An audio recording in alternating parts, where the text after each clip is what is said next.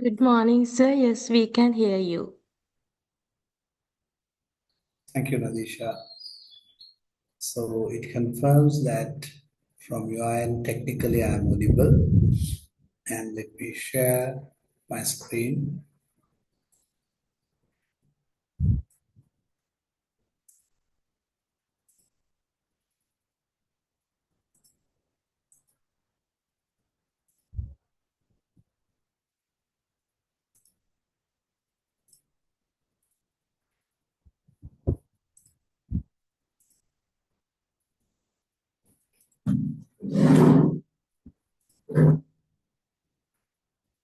Well, so by now, even my presentation should be visible on your screen. Give me a thumbs up if it is the case on your end.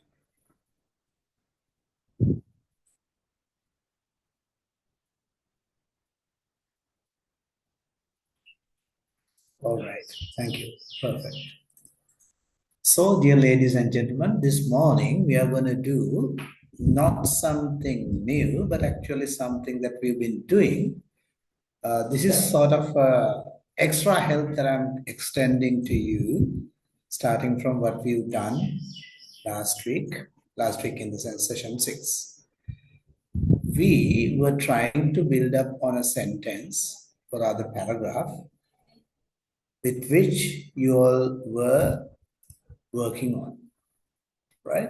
So today what I'm going to do is to help you further fine tune that paragraph you were synthesizing, giving you a reader path as your guiding, what you call, road sign. So quite simple. Today we are going to work with something deceptively simple. Now keep in mind that this is deceptively simple. Just one paragraph, not an introduction, not a discussion section, not a whole literature review, just one paragraph. Can you see the question on the slide? That is actually the question for the entire session. What is it? How can I organize information so that each sentence prepares the reader for the next? Good. I want you to think of writing as a path. Now you take it as something else, I know for sure. Now, when you take this writing, you actually do know where you are going because you did the research, you wrote the paragraph, and you know where the next paragraph is leading to. But the truth is, your reader does not know any of this thing. Therefore, in your writing, if you are not making your path visible to your reader, what happens? Reader is going to actually reconstruct a path for him. We should not let this happen. Are you getting me? When you write, you know your path and where you're going to be ended up, but you are writing it for your reader. Reader does not know what is your path and what or where you are going to end up. If you do not indicate your path in your writing, it is not easy for your reader. That's number one. The second thing is there is a probability that your reader might create his own path to reach the end. So if the reader is going to reconstruct the path on what you have written, that is a danger. Did you get the point? So we will make the path visible, right? I'm inviting you to keep your session 7 worksheet open. And of course, keep your original paragraph you brought from pre-reading or rather brought from session 6 next to you. You are not yet to revise that paragraph yet. Is the pulse of the day clear? Please give me a thumbs up or rather give me a response so that I know what's happening at your end.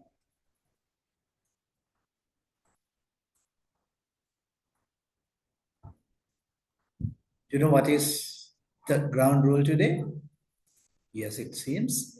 And do you have the worksheet next to you? Yes, perfect. Third thing is, if you have done some paragraph from the 6th session, or rather if you happen to read the preparatory reading for this session, you must be having one. Keep that next to you. You are not yet to actually revise it. Just keep the things ready with you. That's it. Right? So with that, we can move on for sure. So the message at the very beginning is, we in a writing process do create, write up, you, the researcher who did it, who knows the entire story. But you are going to deal with a reader who does not know what the hell you were doing and where you ended up. So if you write your story, revealing your reader the signposts of your path, leading from one place to the other and so on, then the reader will follow your path, right? But if you do not leave any trace of your path, which should be visible in your writing, what you are doing is you are allowing your reader to reconstruct his own path, so that you may be running on one path, whereas your reader might be running on another path. Actually, today we'll be learning how, in your writing, how can you make your path visible to the reader, right? All right, I think everything is good for us to move on. Shall we? Yes. Here we go. So last session, actually, we worked on synthesis, which means, how to develop a synthesis from a literature review. And we asked, what do these sources show together? If you could remember, we have seen that when you read the sources do have their own voice. And when you organize the sources' ideas into a cumulative collective idea, you see that your organizing voice is coming into place. And we have seen that when you deal with your research, what it is going to do, that is the voice of your research, all these three voices actually function in a synthesis. Can you remember? And from that, you built a paragraph around relationships among sources. You must have done this with your own sources, or else with the fabricated three sources I brought into the classroom, and we worked. Can you remember? Today, I do not want you to think of the whole content of that paragraph. Don't think of the whole content of that paragraph. I want us to test a different layer. Can another reader actually follow the route through it? So you should have your paragraph right now, right? And we are going to test some hypothesis on it, right? If you brought your session 6 synthesis paragraph, perfect. Or else, if you brought a paragraph from methods, results, discussion, or a proposal, or from another research document, that's also fine. So get ready with any. If you have the session 6 synthesis, perfect, because on top of that, we'll be working on it and we'll be fine-tuning it so that you have time to submit it as your submission. If not, you have to bring right now a paragraph from methods, results, discussion, or proposal, or any point of your research, right? Now get ready with it, and when you're ready with the paragraph, let me know with a thumbs up. Because today we are going to work with a paragraph in our hand. We are going to do a bit of engineering on it, and we are going to share our views and learn from it.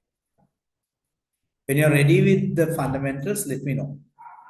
Do you have your session 6 synthesis? or else can you bring a paragraph from anything you wrote or anyone else wrote, maybe from a paper you wrote, paper you read, right? Bring a single paragraph. If you are ready with that, let me know so that I can move on. A thumbs up will indicate that you are ready.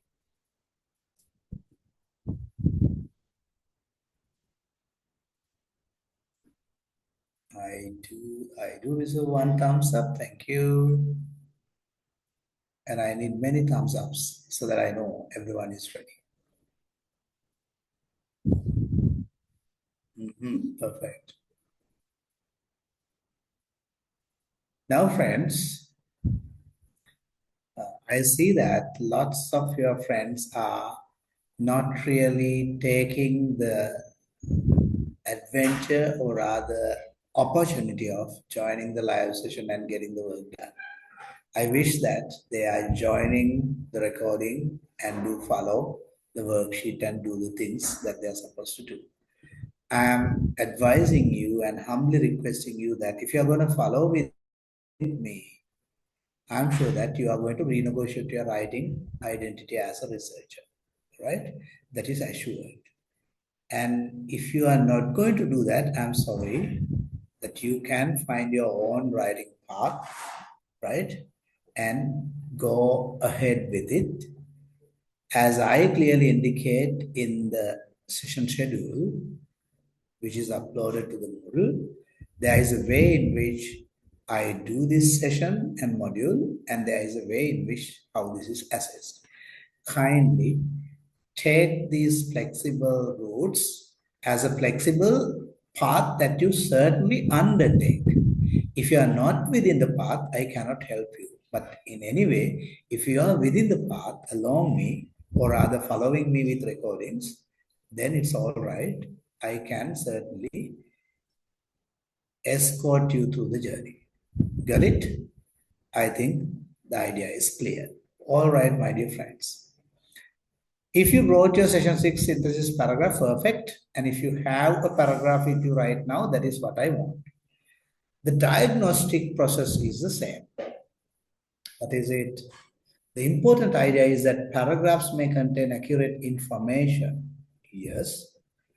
And maybe though your paragraph has accurate information and only relevant explanations and everything, maybe it is still difficult to follow for a reader, right? I know that this is not typically a grammar problem, right? Actually, most of your sentences and paragraphs have a problem with information ordering, how your information is ordered in your paragraph. This is the critical question that we are going to address, right? We are actually not changing the argument in this particular paragraph. We are changing how the reader moves through it, right? All right.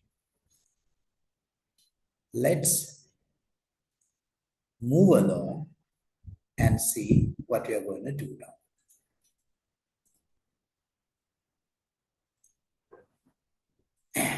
I'm sure that you have your paragraph or else a paragraph you took from any piece of a research, right?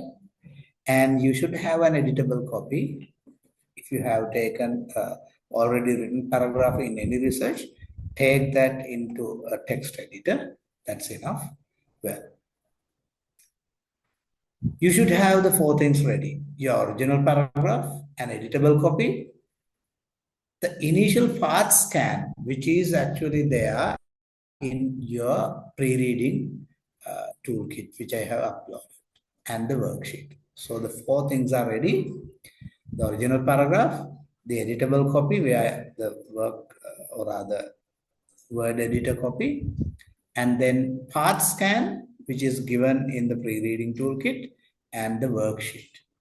So if you are ready with all these 4 items, right, we are ready to go. All right, my dear friends. Do not try to silently polish the paragraph now. We actually need a genuine before version and later and after version. So this is simply the trajectory. You start with the before version, we do some surgery to the before version, and we'll come to an end version at the end of the day. This is the practical pathway that we're going to follow, right? If you do not have a paragraph ready right now, you are not excluded from the session. I have given a practice paragraph in the worksheet, right? None of you are left behind. The aim today is to learn the decision process. You can actually transfer the decision process that we are practicing today into your own research after the class. Okay. If you have your original paragraph, perfect. If you have taken any other paragraph from any other research, perfect. If you do not have either, just go to the worksheet and there is a practice paragraph below, right? Get ready. All right.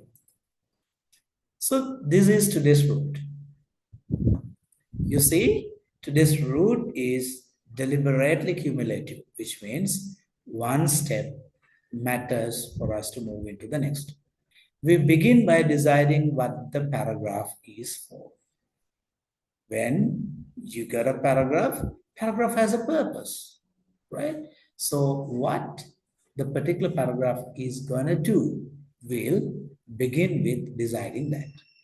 And then we actually trace how information within that paragraph moves, right? Now, in a particular paragraph, maybe a brand new idea is presented and it leads to another idea and so on. So we'll see how we trace how the information moves within that paragraph. Then we actually look at something called cohesion, right? This is not about linking words first, then, therefore. We are not looking at these linking words, right? We are looking at cohesion, how cohesively these sentences fit together to bring your reader along the paragraph, convincing the information that you give, right? I'm sure you're getting me, right? We are clearing the path. All right. After that, you are going to diagnose your own paragraph with this PATHS paragraph pathway, right? And then you will go for revision. All right. Finally, we'll go for a reader test whether the path works.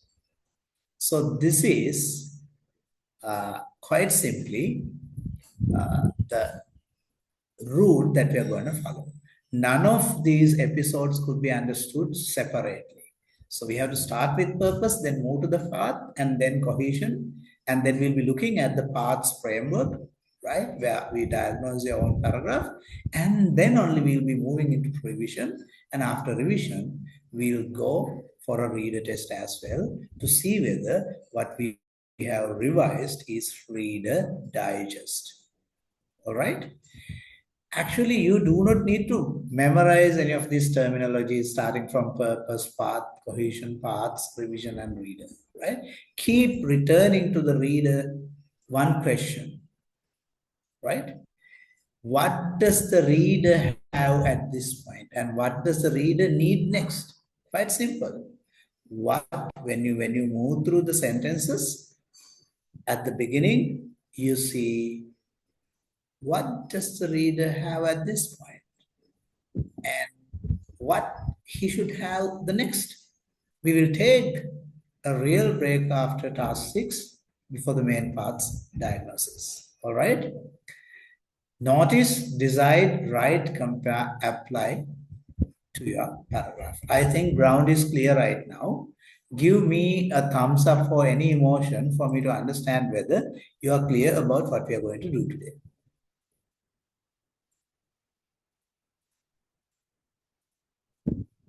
No, any emotion? Ah, yes, they are coming in. All right. I'm doing this with you, along with you, coordinating you through the worksheets and the rest of the things to ensure that this is lively happening and you are following with me. All right, my dear friends. I'm glad that you respond to me. All right. So, we have an opening reflection. Where does my reader lose the path? Now, open worksheet task 1. All right. I want your first answer, not the answer you think I want. Complete the sentence. What is it? When a paragraph of my research writing feels difficult to read, I usually try to fix it by. Now, you write your paragraphs, and when you feel like your writing feels difficult to read, I usually try to fix it by. You can simply text.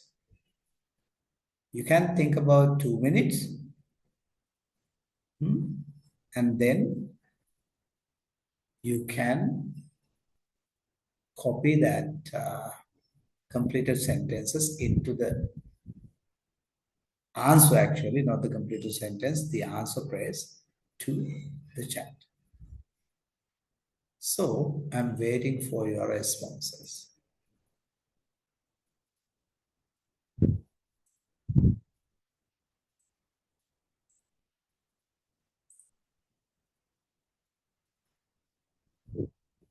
Well, I'm receiving.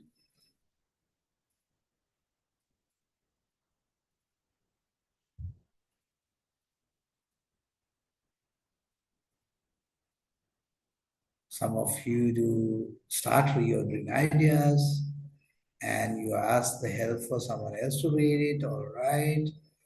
And adding linking words or reordering ideas, all right. So you think of reordering ideas. Now, reordering ideas are seemingly the dominant approach that you're going to do, all right. Breaking sentences, long ones into shorter ones, all right. Improving the connections between the idea, yes. Removing unnecessary words, okay, you cut the clutter, well. And changing sentence structure, all right, yes. You do try to fix it by doing these things. I've seen a dominant pattern that is reordering the ideas. I love that idea. Well, uh, yes, some of you respond, yeah, decoding the idea and construct back into proper flow and organization. All right, Milan. Well, I'm waiting for how you do it. When you feel like your sentence is not ready to digest, so you go back and fix it. How? That's my simple diagnosis question.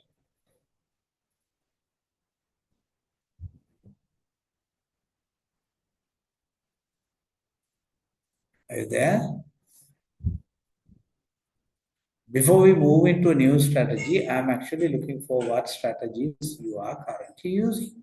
Do not try to, tell the whole story. Just let me know what you typically do.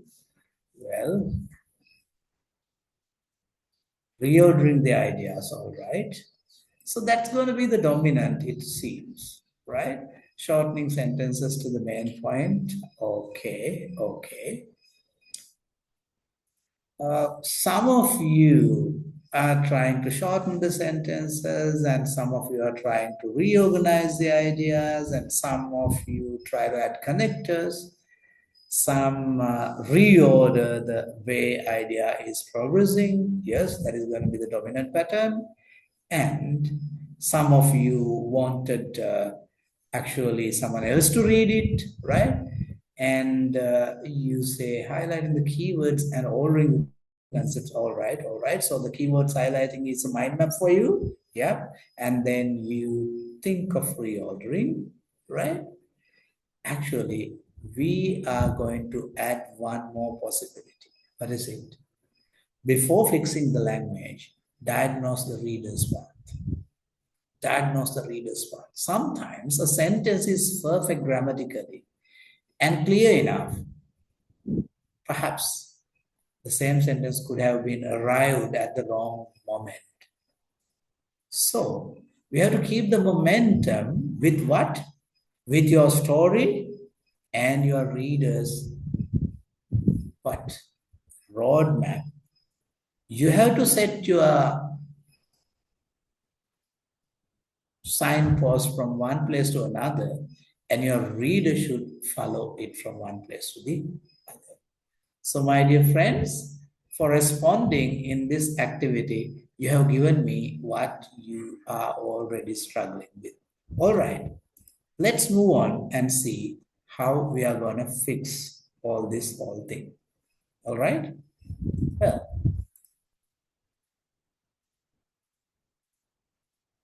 this is the central mindset for today's session. What is it? As writers, we carry a lot of invisible context in our heads. What is this invisible context? You are the one who wrote literature reviews. You are the one who reviewed the literature.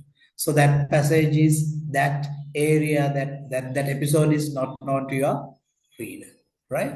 And you have a carefully chosen methodology. That is something that you already know, your context. And you did the experiment, you did the pilot, and you failed at a point, and then you rectified it and you did it. This is the whole context in your own mind, right? Your head knows all that. But do you see whether your reader knows any of those things?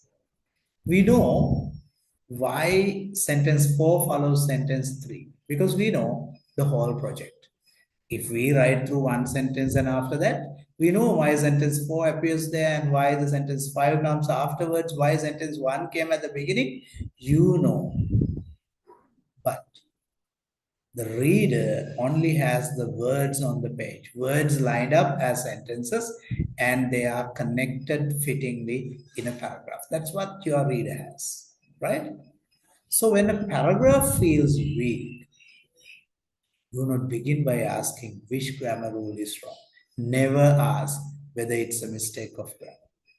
When a paragraph feels weak or not so stronger or not so comprehensive, do not ask what is the wrong with grammar, what is the wrong with terminology or syntax. Ask something else. Ask, what did I give the reader before this sentence arrived? So what is your question? What did I give the reader before this sentence arrived? That is why today's work is reader-centered. Got it?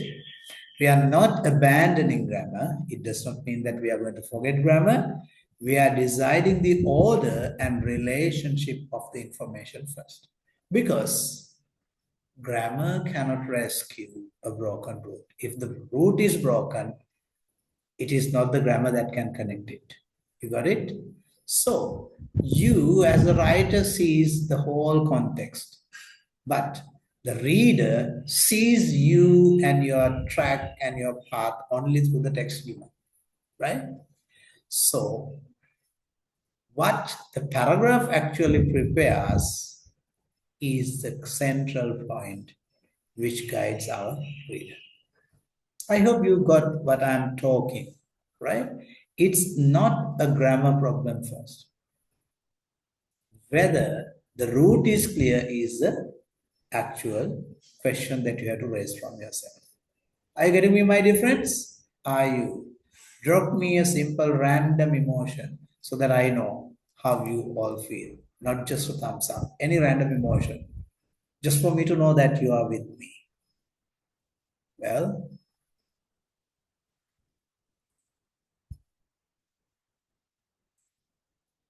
thank you, thank you. Perfect, perfect. All right, perfect. So we'll see how a good flow could be established in your paragraph. The text supplies the context needed for the next step. Quite simple formula. A good flow means your writing text provides enough context needed for your reader to move to the next step. Got the point? So your reader is actually, you are holding reader's hand and you are taking him along your own path, for which you should provide context needed for the next step. So you have to look at the first sentence and ensure that the reader understood the first sentence and move to the next sentence. And before we jump to the next sentence, we ensure the reader is ready to move to the next. So it's the context that we should be providing at each level to the reader what they require as a context from moving from A to B, B to Z, and so on. Right? All right. My dear friends, we are going to test a unity test. Does every sentence belong? Now you have a practice paragraph in your worksheet, right? Read the practice paragraph silently first, right? Do not hunt for a wrong sentence before you know the paragraph's job. I'm advising you, do not hunt for wrong sentence before you know the paragraph's job. Complete the sentence in the worksheet. This paragraph exists because the reader needs to understand. I'm giving you a minute.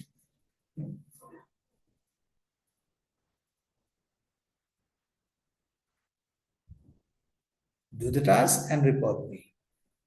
I'm giving you a minute.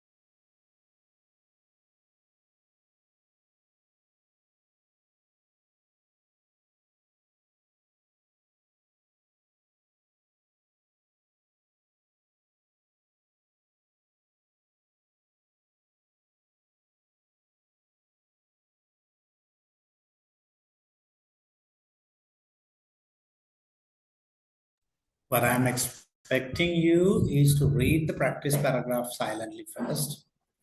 All right. Complete the sentence in the worksheet. This paragraph exists because the reader needs to understand what. So let me see your answer in chat, please.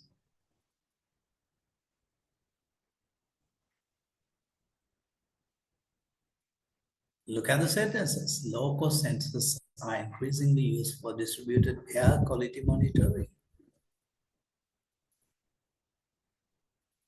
The affordability allows dense monitoring network to be deployed across urban areas. Thank you. I'm receiving answers.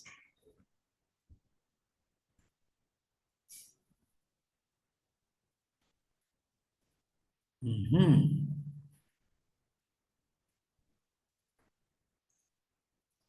Mm-hmm. Yeah, I'm reading your responses.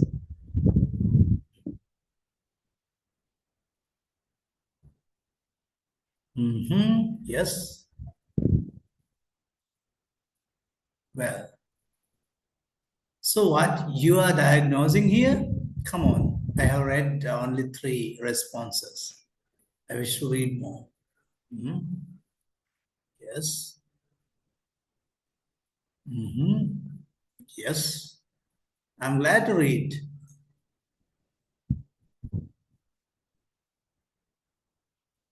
Yes, indeed, yes. I would love if you all can post your responses on chat for everyone to be able to read, not in a direct message to me, so that you all can see how diverse your responses are. Come on.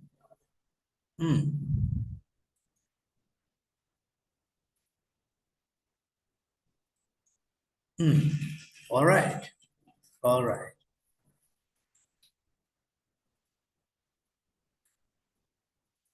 So quite simple. Most of your answers do tell this.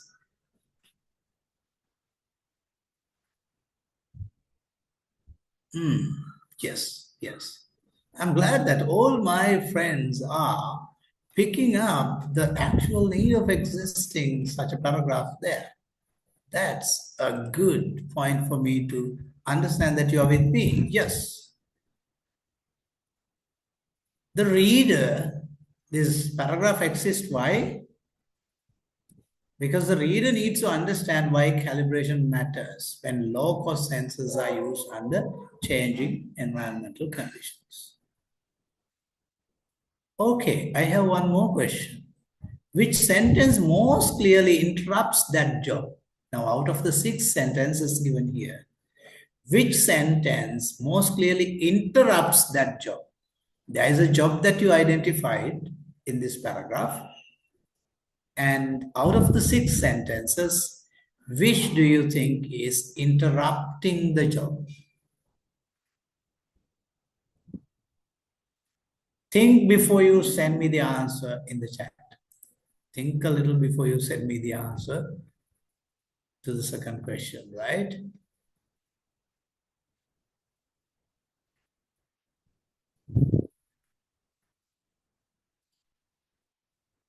Mhm.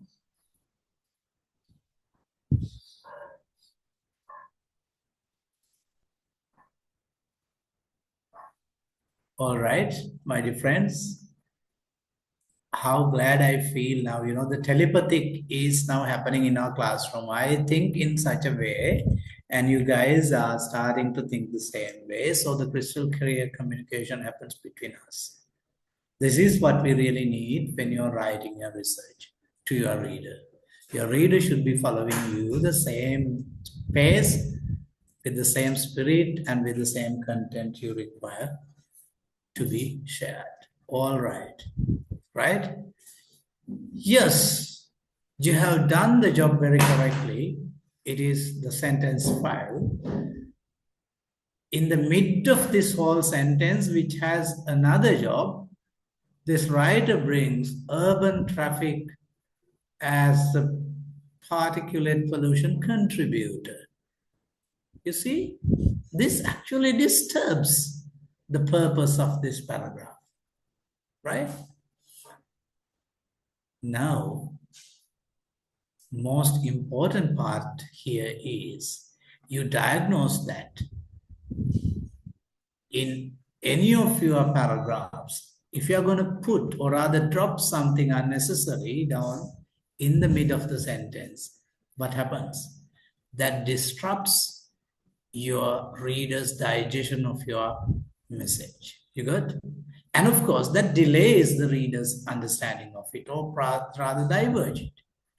So when the reader delays understanding, or rather he diverges from the path that you are revealing him, what happens? You are not communicating properly. Now I'm inviting you to delete the unnecessary, not delete, right? Yes. delete it, move it, rewrite the paragraph's job. All right, let's move on. So did you understand one thing here? What is it? Every paragraph has a purpose, right? And in order to serve that purpose, you should organize the sentences within it. And anything that performs any other job should not come there in that paragraph, because for that particular job, there can be another paragraph that you'll be inventing in future. You got the point? Did you get the point? Let me know. Did you get the point?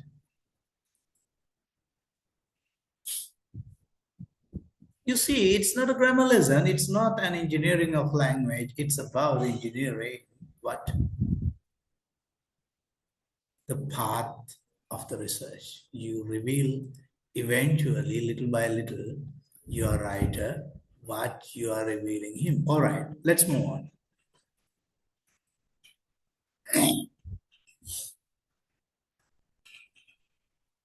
You see, sentence 5 is going to be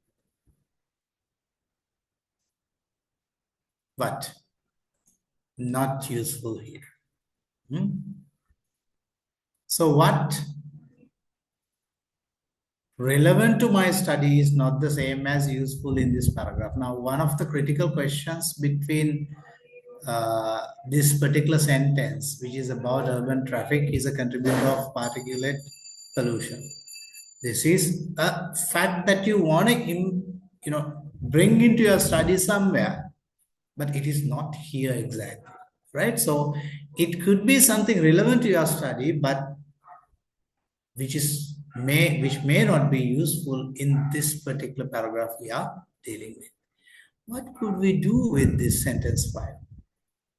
We have to delete it from this paragraph. Move it to a paragraph about pollution context for a redesign of the paragraph if pollution sources were genuinely part of the intended job in any paragraph that might come in future. Now, worksheet task 2D. Now you go to your own paragraph, which you synthesize from session 6 or which you choose from any of the sources. Write the job of your own paragraph in one sentence. Do the worksheet task 2D. 2D, worksheet task 2D.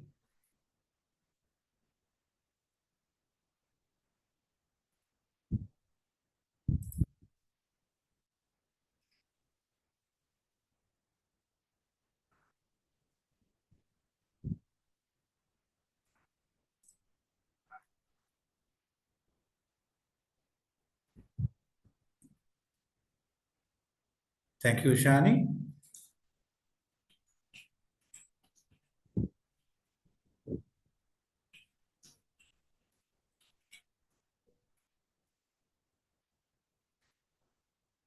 Others, please go ahead.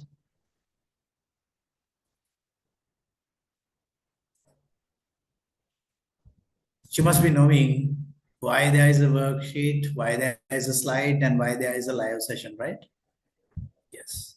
This convincing actually is the bridge between you and me. And when we discuss all that and do it on real time, then we actually move along the scaffolded pedagogy. Unless, if you are following the recording, still do the same. While you are doing the recording, do not try to put it in the faster speed like 4x and just see what happens. Just try to use your worksheet and follow it up with what we are discussing here. Then things will be quite easy and you'll be done at the end of the day, right? There is no escape from the path. You cannot have a leapfrog from the beginning to the end. You have to follow it through. And if you are following it through, let me say, I assure that your time is invested, not invest, right?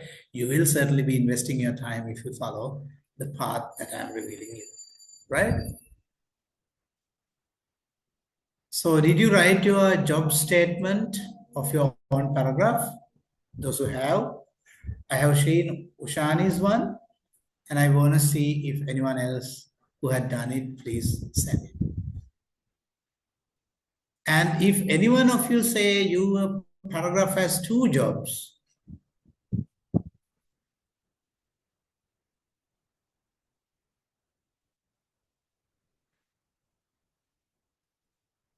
if any one of you have more than 1 job in a paragraph, I invite you to do it in 2 paragraphs. Let 1 paragraph do 1 job. That's it. Do not assign 1 paragraph to do 2 jobs. If you allow it doing 2 jobs, what happens is you are highly likely to missing the path with your reader. So let 1 paragraph is assigned with 1 job alone. Got it? So if you have 2 jobs in a single paragraph, still, if you are clever enough and clear enough, and of course comprehensive enough to your reader, you can do the split within the same paragraph as well. But I'm inviting you to do it first in 2 paragraphs. And if you feel like you can connect in somehow the 2 paragraphs together and do the 2 jobs in 1 paragraph, if it is really neat, you can try it out, no worries.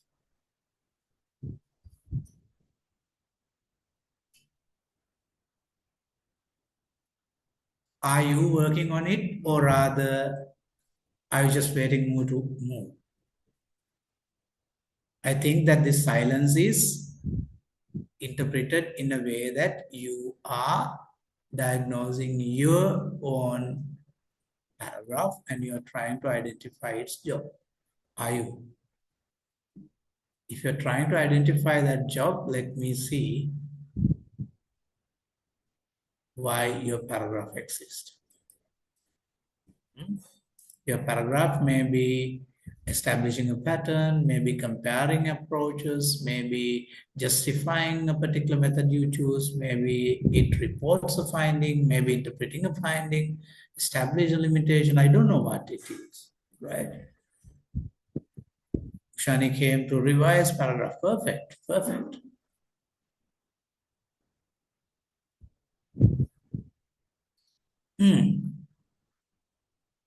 Thank you, Ashadi. Thank you, Akhil.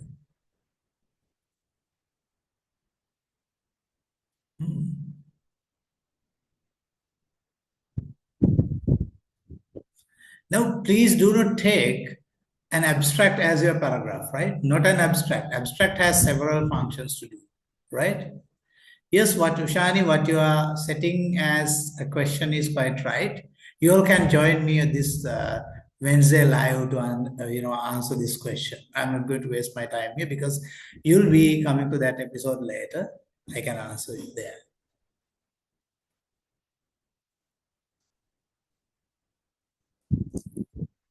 I'm inviting you all to join the Mercon workshop where I'll be actually doing more or less what we are doing here, but in a more succinct way, giving a general picture of how STEM writing could be generally and holistically seen, right? Well, all right. Shall we move on? Just if you identified a particular job for a particular paragraph you are writing, then once you've detected your job in the particular paragraph, then you have to ask, does every sentence in this paragraph help perform that job? Is there a paragraph which performs another job? Then kick it off. Or rather, keep it for the paragraph which has the job which is assigned to. You got?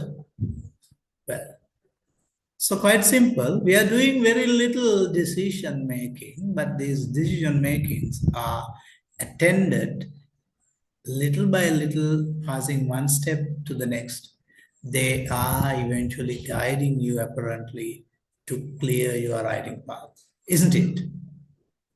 Isn't it?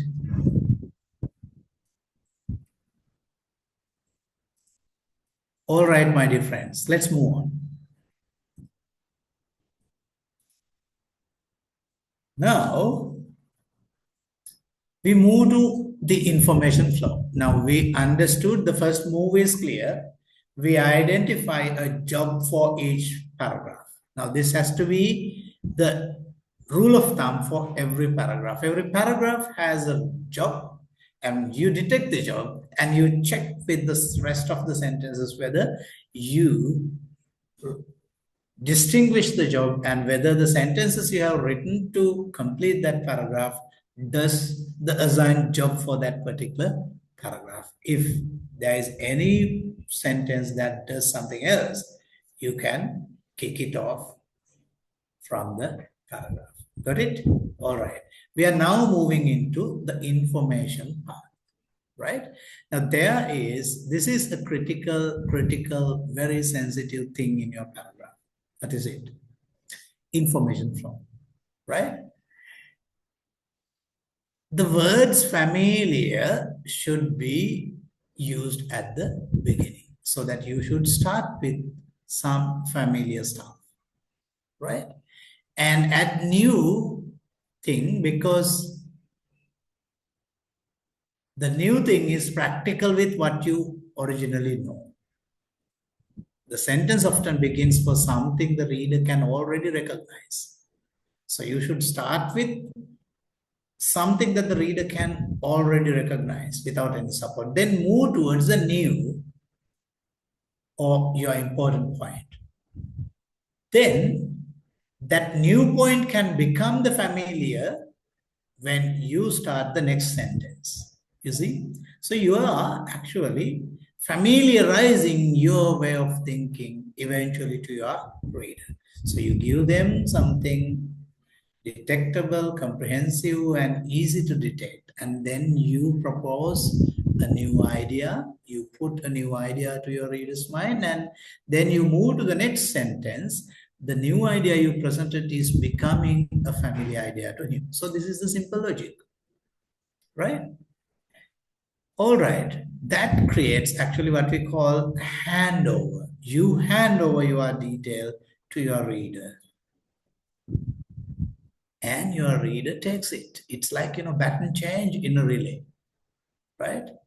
You run with him a little further on, when the baton change happens in relay, the first runner takes his distance, and then when the second runner is getting ready to accept your baton from him, perhaps you might go a little backward in your starting point to pick up where he is, and your first runner, or rather the runner in the first step, will be running with you about 10-15 meters along with you on your track until you clearly hand it over to you.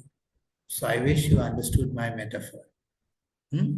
So the same way, you give your reader a familiar something which he can recognize at the given instance, and then you give him a new idea and ensure that when the next sentence comes, the new idea you presented to the reader becomes something familiar, and you move to the next new idea, right? There is one important caution. What is it? Do not turn this into a mechanical formula. This is not a mechanical formula, right? You are just checking up whether the new idea is clear enough and easy taking from that. Got it? Scientific writing sometimes needs a different order. The question is whether the arrangement helps the reader process the sentence in a straight line. Now open worksheet task 3. Worksheet task 3. You are there.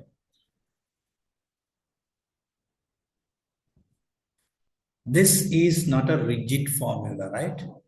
Looking whether sentence 1 is familiar and a new one and a new topic. Not that, the very idea is you hand over conveniently your reader the new knowledge that you want him to know, and you take him along your path.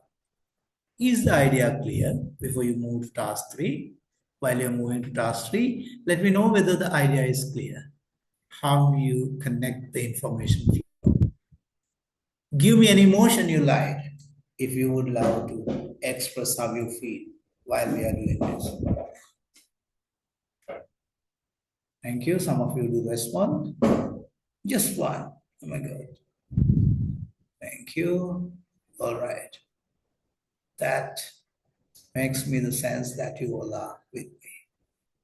All right. There is something in the chat. Let me see what it is. Ah, yes. It's how you felt it, right? All right.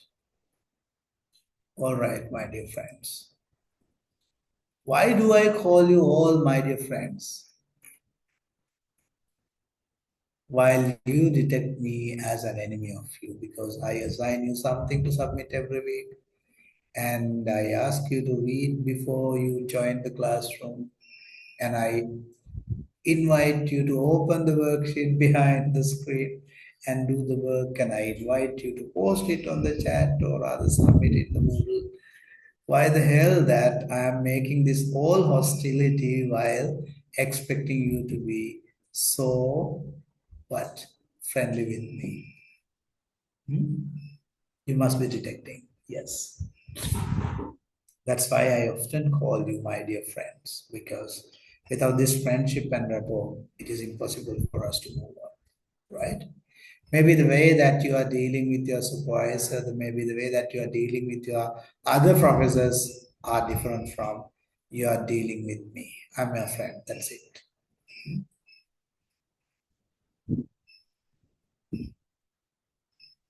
All right. I wish you are doing task 3 in your worksheet. It's sentence handover, familiar to me. I'm going to read the 4 sentences aloud. Let me read it. High humidity can reduce the accuracy of low-cost particulate sensors. What information is handed from sentence 1 to sentence 2? This reduction in accuracy. What is this reduction?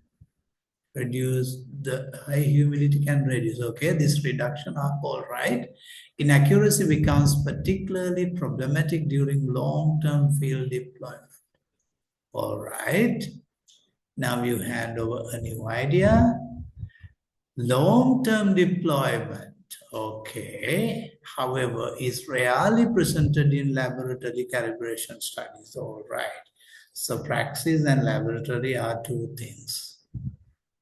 Laboratory calibration may therefore underestimate some conditions that affect sensor performance in the field.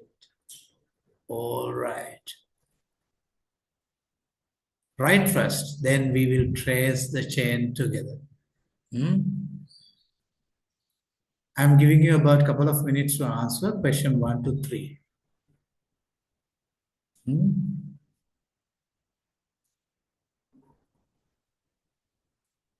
You are not looking for grammar labels. Name the idea that is carried forward. All right? Name them.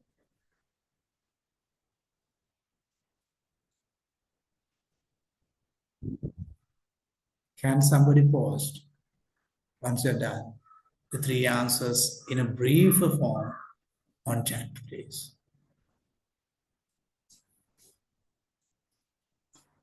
Or rather, if somebody can speak, that is the best option. Now, some of you guys actually wait until I name you. Be someone volunteer and helpful.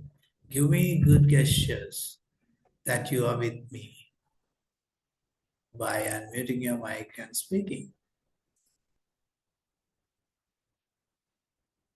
Can I hear from one of you? The 3 answers for the 3 questions while you're doing this 4 sentences reading.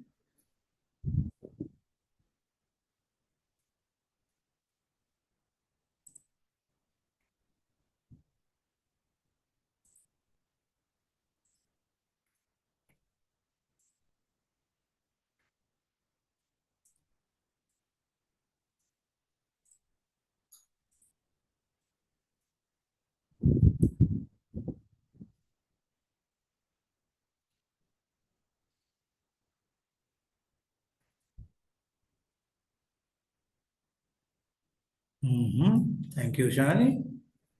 Others, please. Can somebody speak? Quite simply tell me what is passing through these sentences. Shall I invite one of you? Can I hear from Pratibha?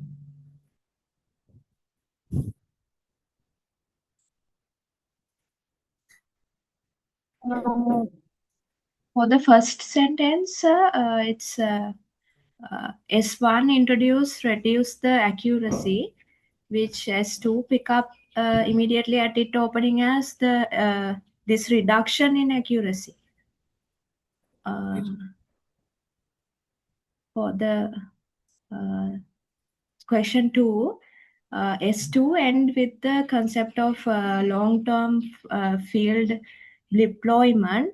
Then the S2 immediately use it the starting topic as long-term deployment likewise.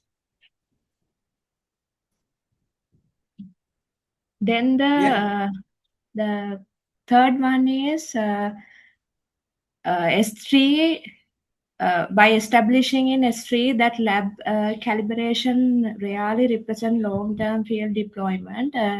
S3 prepares the reader for S4 conclusion like laboratory calibration may therefore underestimate.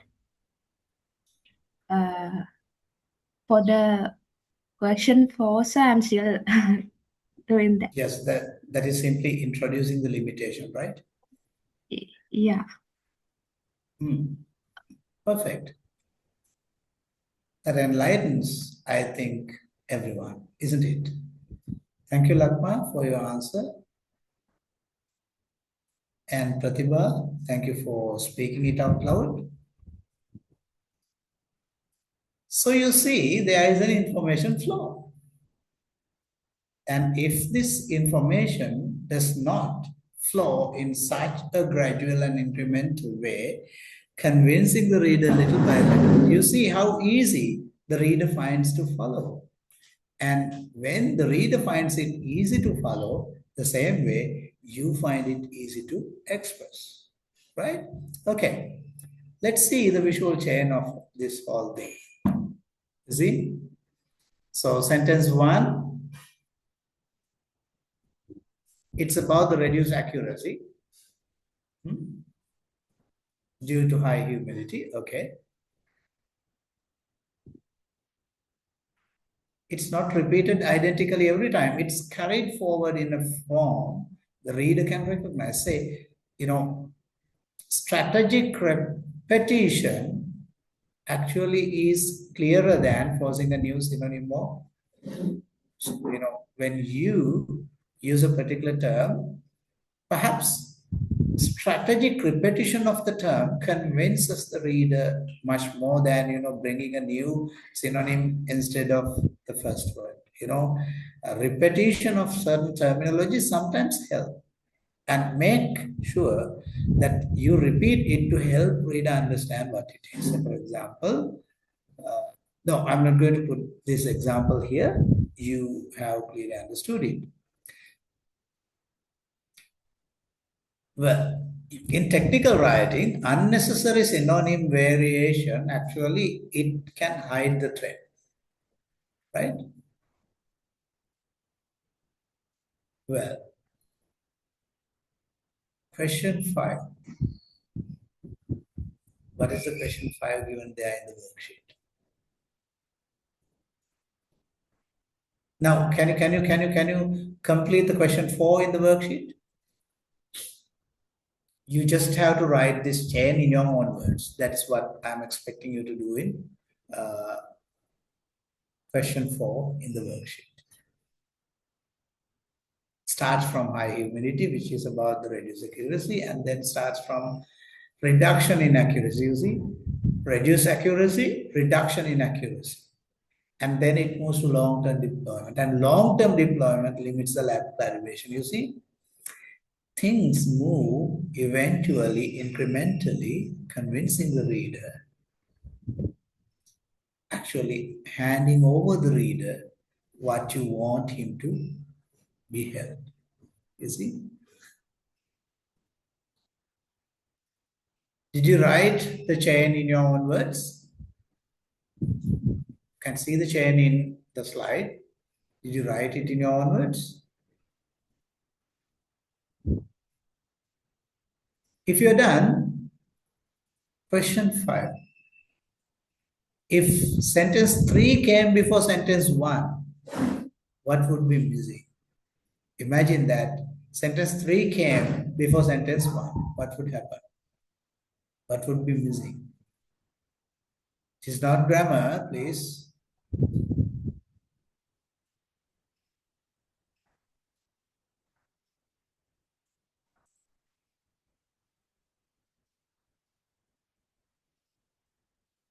Yes, yes, you're correct, Lakman. If sentence 3 comes first in place of sentence 1, you know, I want the others' answers as well.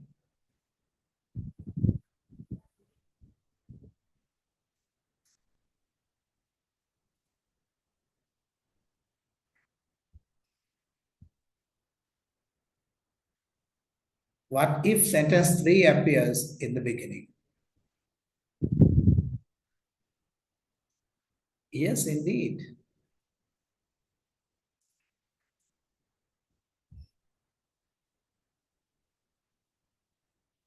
All right, my dear friends.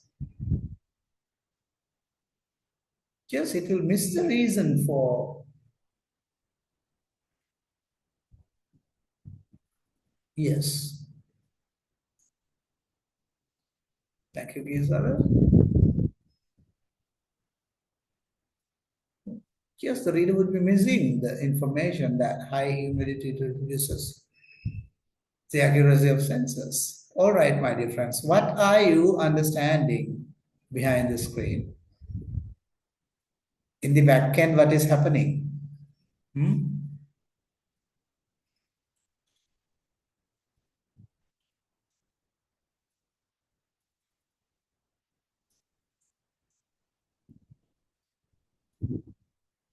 Yes. Yes. Thank you for the responses. You understood what I meant. The reader would not yet know why long-term deployment matters or what problems we are tracking. Now, in the study, we are tracking certain problems and informing them early without giving the context misleads your reader. That's the idea. Okay, let's move on. What happens if a particular sentence arrives too early? So that is what we have discussed right now. Coherence actually depends partly on when information arrives. So information should arrive at the right point, not early, not too late, right? Yes. You see the high humidity, that is the original root, high humidity, reduced accuracy. Reduced accuracy actually problematizes long-term deployment, and then long-term deployment creates a limitation of laboratory calibration, and the limitation is possible field underestimation. You see, if any of these sentences mess up or rather appear early or delayed, you see that it troubles readers' understanding of what? What? The message you are communicating. Well, so coherence is not only about whether ideas are related, it's also about whether the reader receives them in a usable sequence in the right moment, right? This actually prepares us for task 4. There we are going to zoom into the beginning and end of a sentence. Shall we move? You see, these both versions of the sentences are grammatically acceptable, right? We are not choosing the correct sentence in isolation. We are choosing the version that fits the surrounding information part. If the previous sentence ends with the increased humidity, version B begins from the family information. If the next sentence explains the consequences of deciding accuracy, version B also lands on declined significantly, which is easy to carry forward. You see?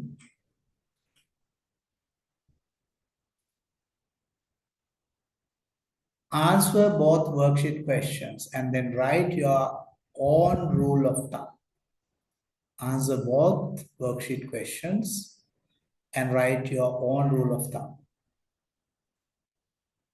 The beginning often orients, the end often carries the important new material. This is a tendency, not a law, right? A sentence, a paragraph, and its coherence means this.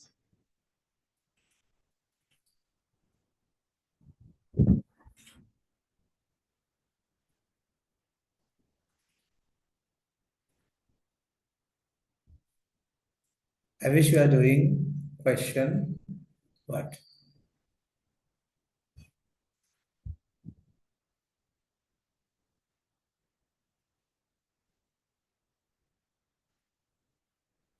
Answer the worksheet questions. And the most important thing is, what is your rule of thumb? Look at my emphasis. What is it? Beginning often orients, and the end often carries what? Important new material. This is not a rule or law. This is actually a tendency.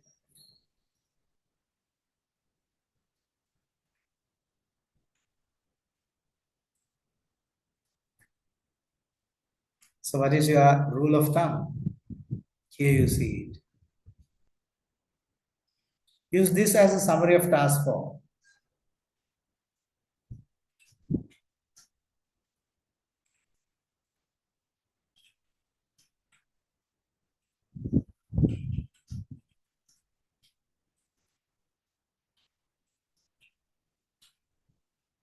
What does the reader know at the start, and what should the reader know by the end? That is simply the question.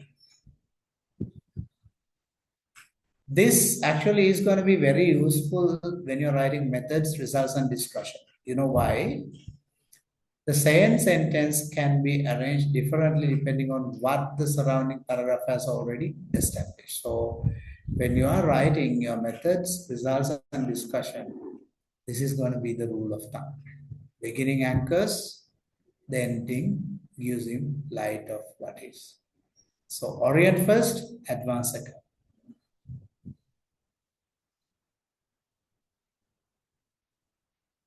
From every difficult sentence, you may ask, what? What does the reader know at the start, and what should the reader know by the end? This is a simple question you have to ask as a writer when you begin your writing.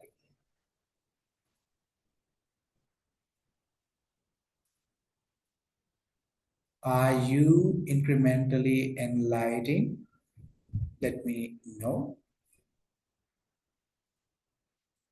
I'm not referring to Lord Buddha's enlightenment. I'm just referring to your enlightening as a scientific writer, or rather,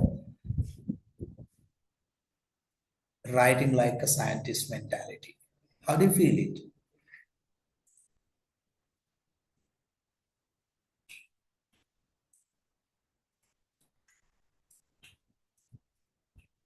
All right.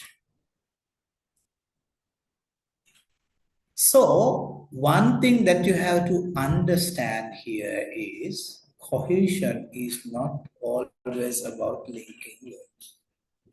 Words can link sentences, that's true, but linking ideas, enabling the handover of your message little by little to your reader is the logic, right?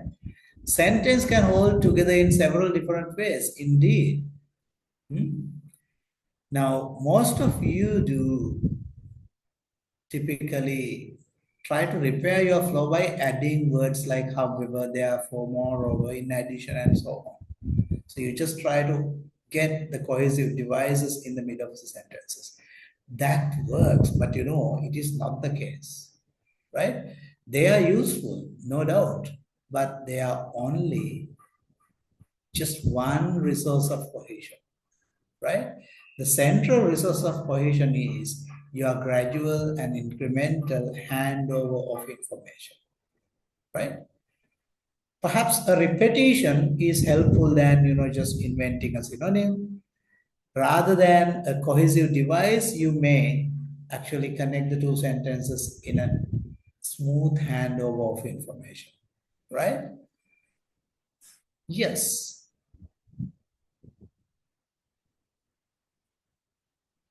So, when you refer to a reference, it is actually linking or anchoring to an established idea. Then you bring your information, what you arise as a decision from that reference point, right? So without an explicit connector, if you can connect them together, hand over the idea little by little, this is where your writerhood, your penmanship surfaces, right? True that connector can signal a logical relation, but connector alone cannot do it when it is not genuinely exist in between your sentences, right? A connection can signal a relationship, but it cannot create one, right? A connector, however, and so therefore and moreover, these words are connectors. They can signal a relationship, but if there isn't a relationship exists between sentence A and B, the connector alone cannot do it. That is the idea. Are you getting me, guys? Give me your understanding. Give me feedback on your understanding. Now open task 5.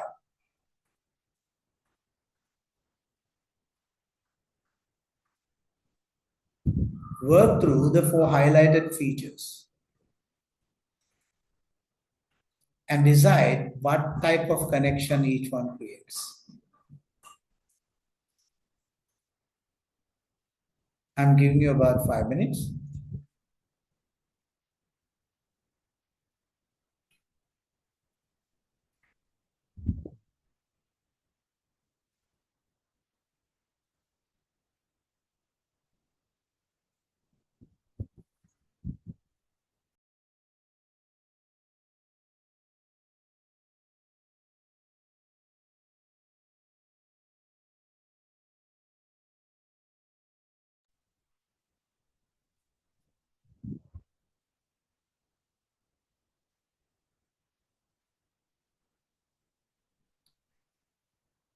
Work through the 4 highlighted features and decide what type of connection each one creates.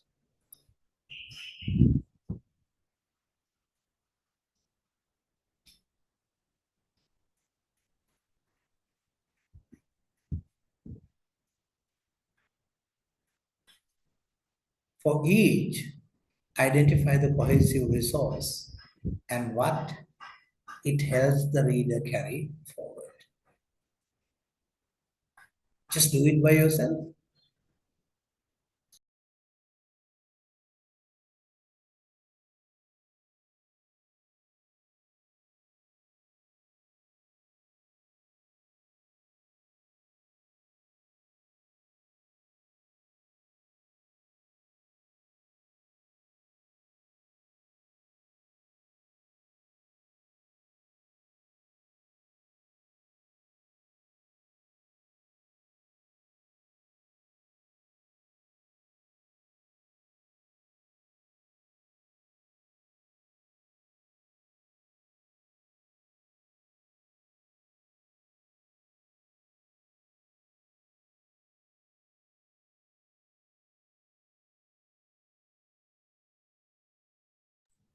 Dear friends, I'm sure you are doing it, right?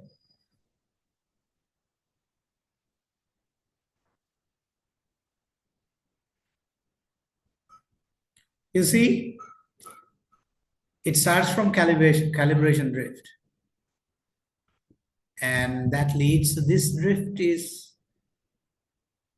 it is reference plus repetition of the core concept, you see.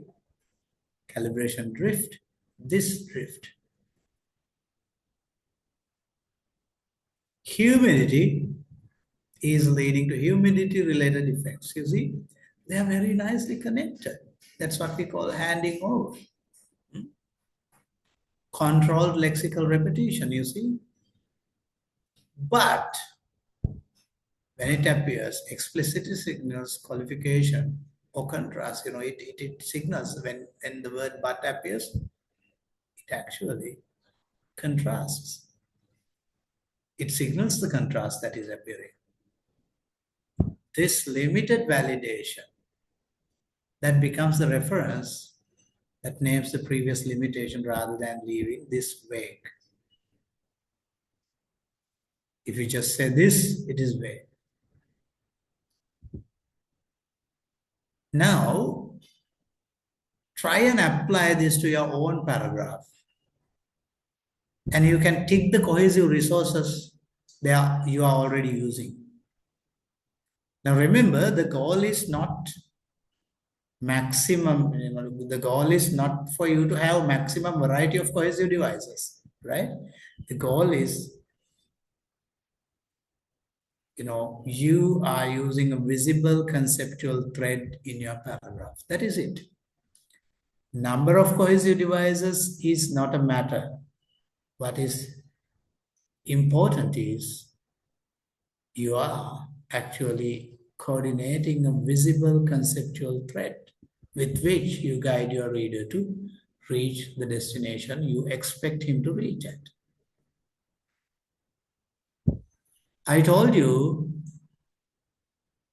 today's discussion is deceptively simple. What do you mean by deceptively simple?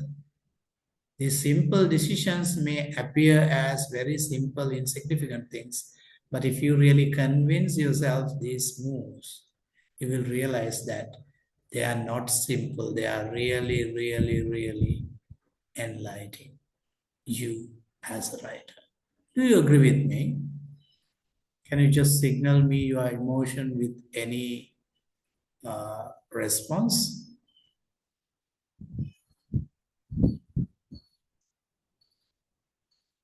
So if you do convince yourself how these little decisions we make, little moves we take, if it enlightens you as a writer, there where I'm successful, there where you are achieving and we are investing. Thank you. Thank you. All right. So let's move and see what is.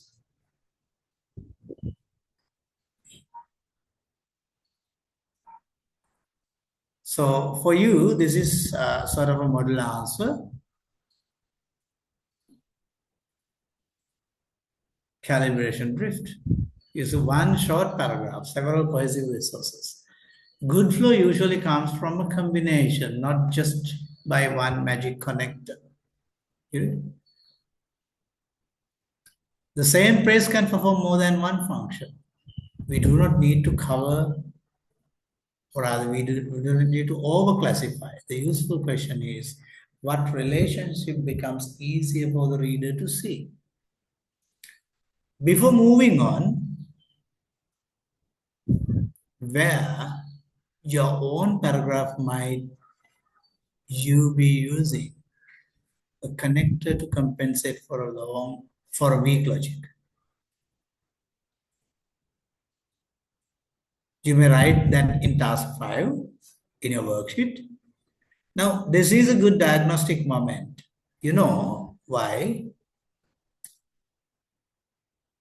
You should be now discovering that moreover or therefore is added before identify relation is clear. Now, what I am telling you is quite simply a short paragraph here, several cohesive resources, but not the number of cohesive resources that establishes the connectivity of ideas, but how smoothly they are used to connect one idea to the next. So from when you read through each cohesive devices or feature, ask one question. What relationship does it make visible? This will enlighten you further. Well, so with that, let me move quickly to this idea of connector.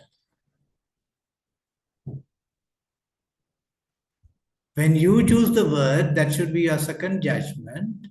You have to diagnose the relation first. You see? What is A or B? What is your answer?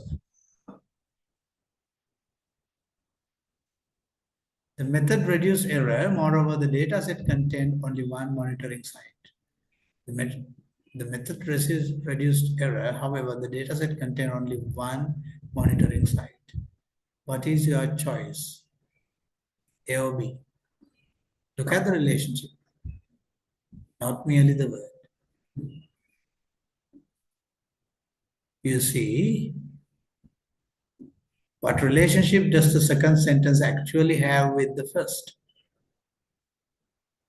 Is it an addition or cause or sequence or qualification, limitation? You see, the logic is a limitation, right? So, however, he's going to see the what? Signal. All right, let's move quickly. We are very close to a break. Therefore, let's move smoothly. Now, sometimes this in version A,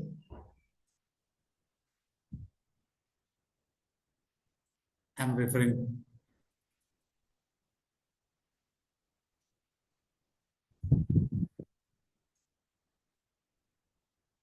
Yes.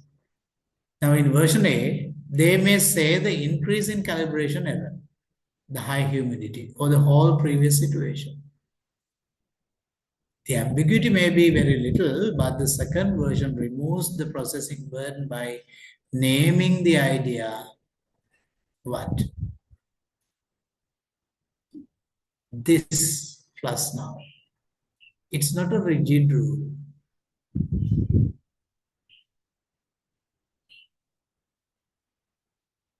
And remember that this is not automatically wrong, right?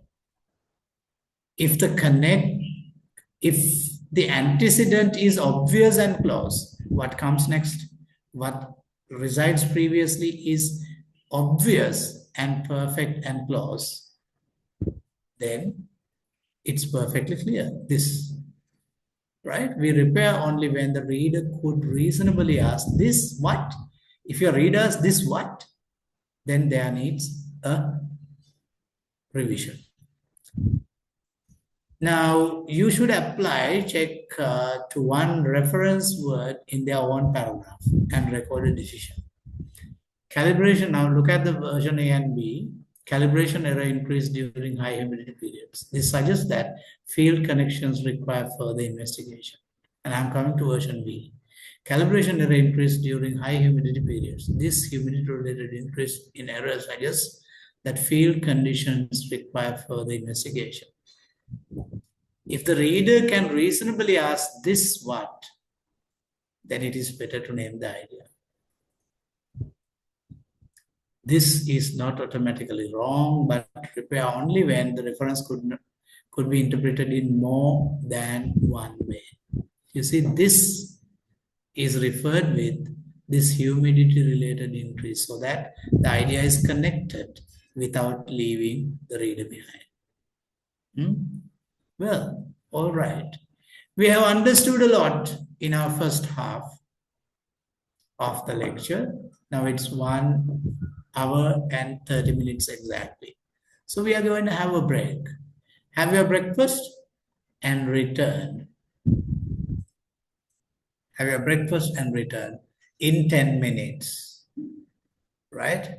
After the break, we are going to actually do the PATHS diagnosis And we are going to do an actual paragraph flow surgery, and then we are moving into the reader test. All right, my dear friends, it's exactly 1 hour and 30 seconds, 30 minutes. Do your breakfasting and join me in 10 minutes.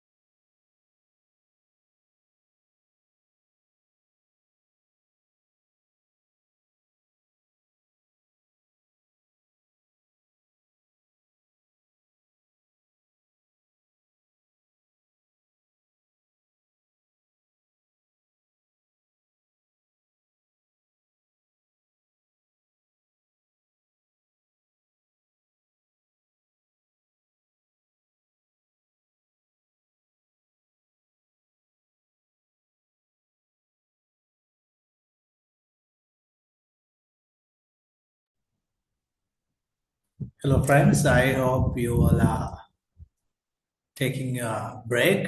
Yes,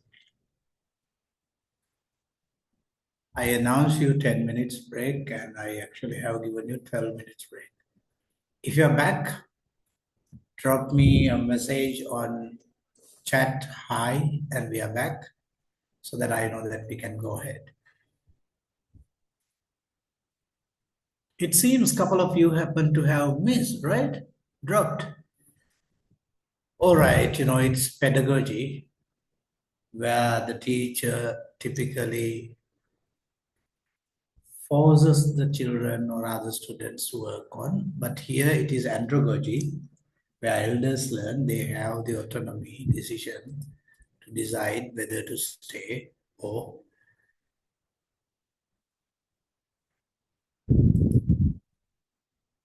engage. So friends, I've got 2 responses from 2 of you. Thank you, Shani, and thank you, Tilanka and Ayesha, for saying that you're back. What about the others? Are you there?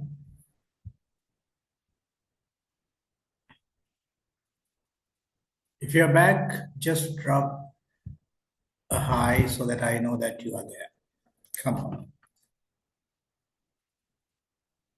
All right. Great.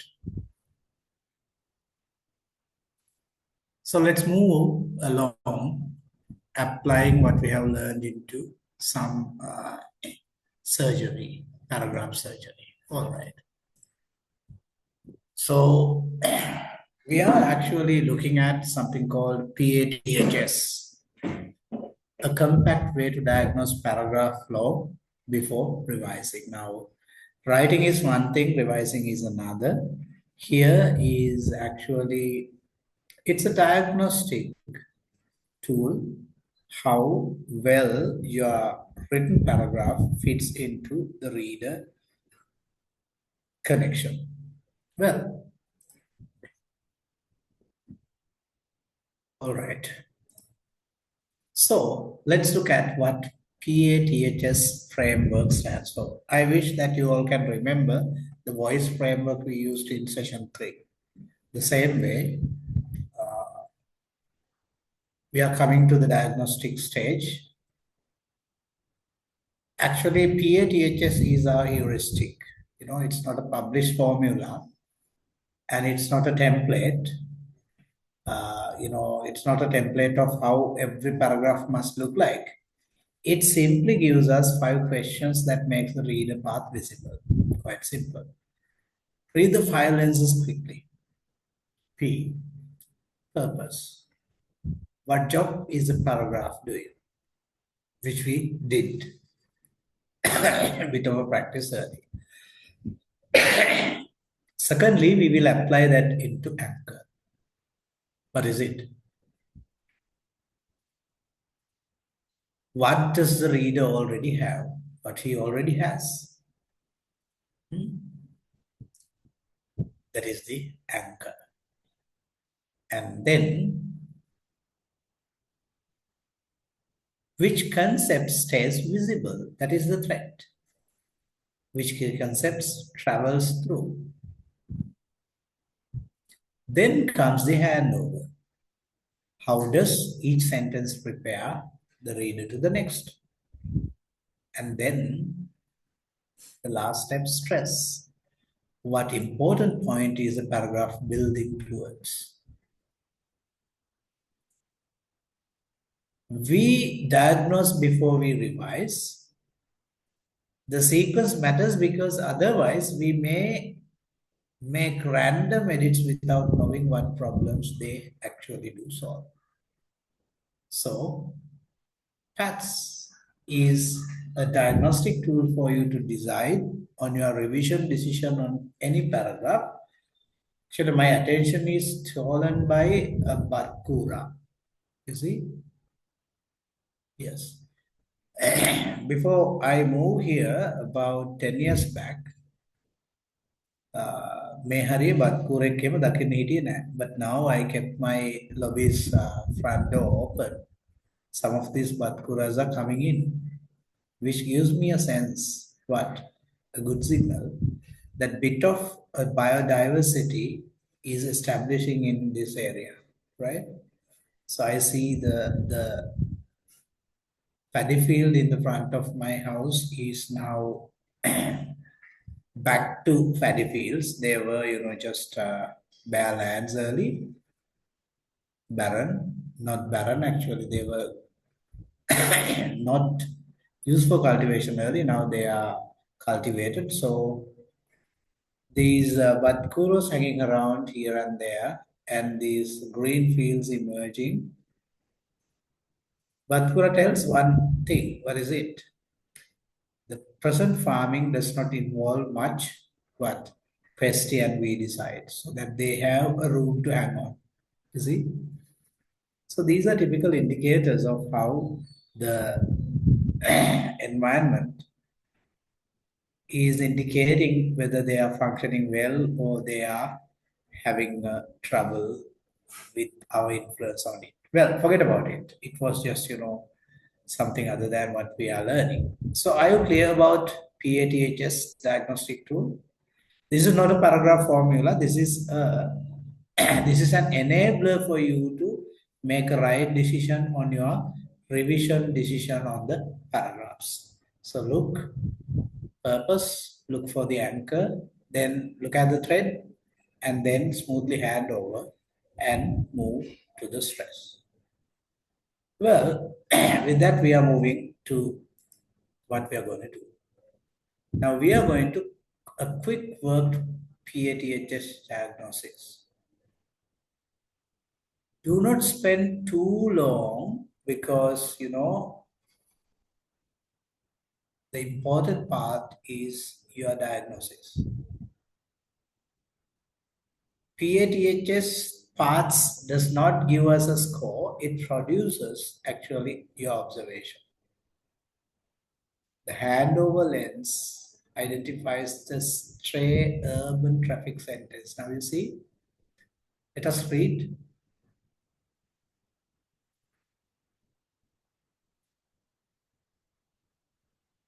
This is a model, not a template, right?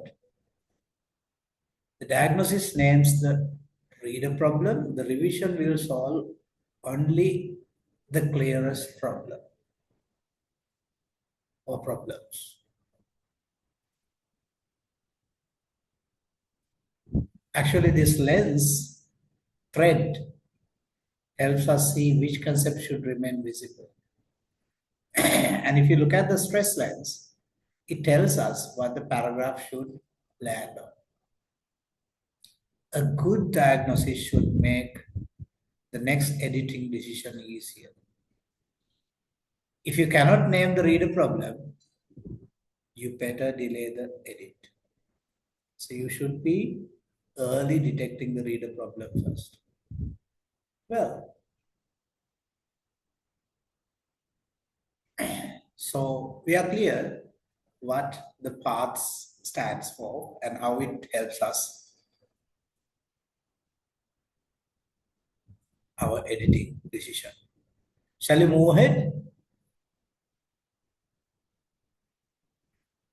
So these are simple steps for you to decide on your decision on editing. P, the purpose, stands for explain why calibration matters for low cost sensors under change field conditions. You are reading, I am sure. All right, we'll move.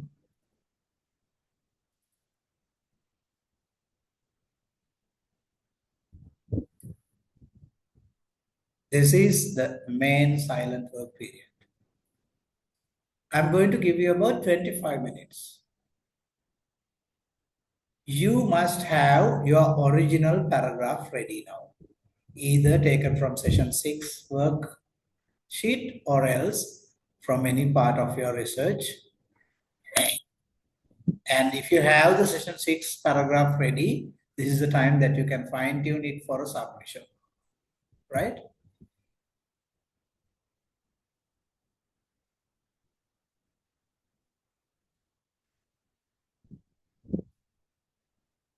Now I am inviting you to keep the original paragraph on one side of your screen and task 7 on the other side of your screen.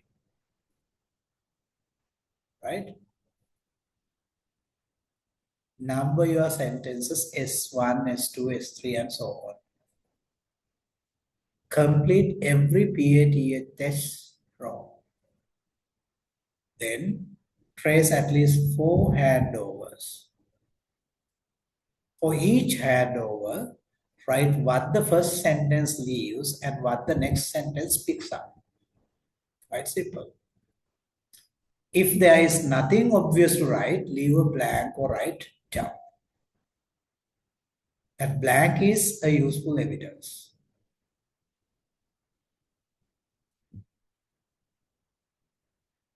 I will talk minimum.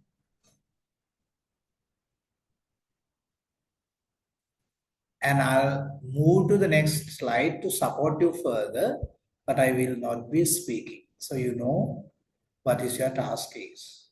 Let me repeat it again. Keep your original sentence or original paragraph on one side of your desktop screen and task 7 on your worksheet on the right hand side, right? Now what you have to do is from your original paragraph, you name the sentences S1, S2, S3 and so on, and you follow every PATHS row, right? And while you're following through, you trace 4 handovers at least. If you have more, it's all right. For each handover, you have to write what the first sentence leaves and what the next sentence picks up from that point.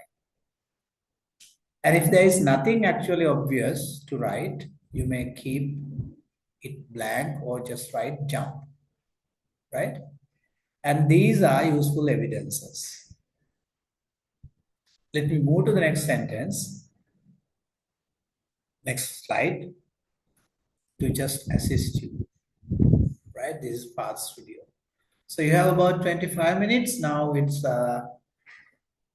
what time is it? 10:25. We'll be giving you time until 10:50 to work on this. You are working on your original paragraph. You wish to submit as session 6 portfolio submission, and you are revising it right now, fine-tuning it with PATHS Studio. And each move, I told you what to do, and you keep the instruction on your side, left and right, and please go ahead doing it.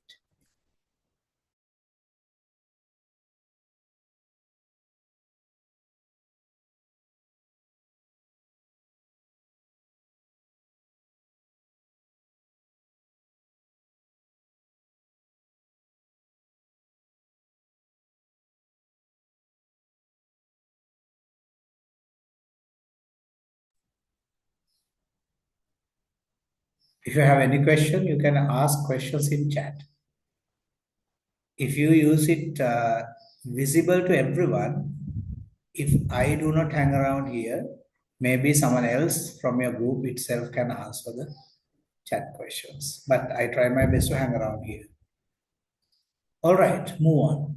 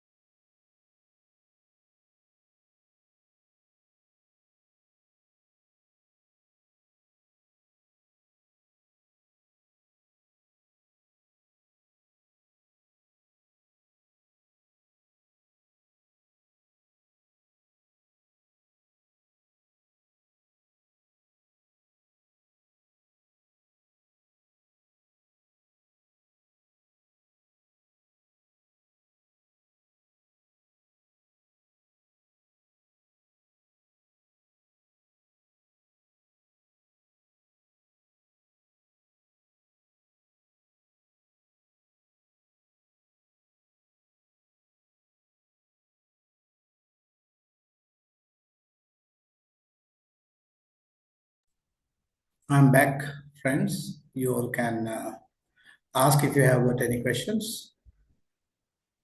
Kisara's issues seem to have resolved. Thank you.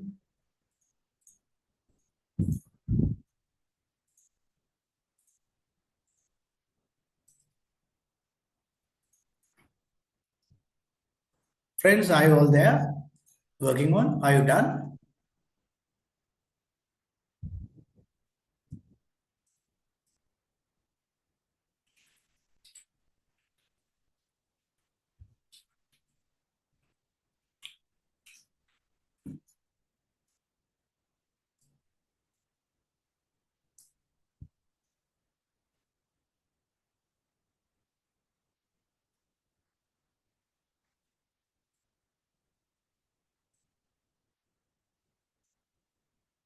Hello.